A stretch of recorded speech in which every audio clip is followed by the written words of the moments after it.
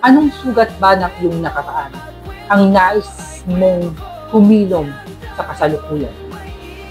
Marami po kasi, maraming sugat, bugbog na may puso ko before.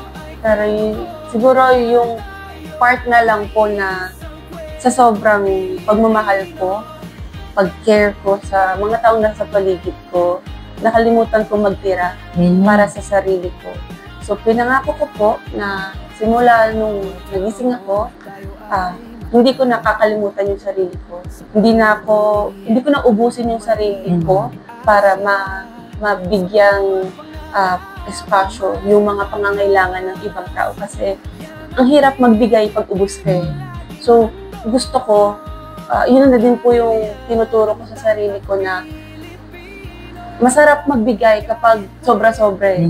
So lagi kong uunahin yung sarili ko para kapag nagbigay ako sa ibang tao, hindi siya mabigat.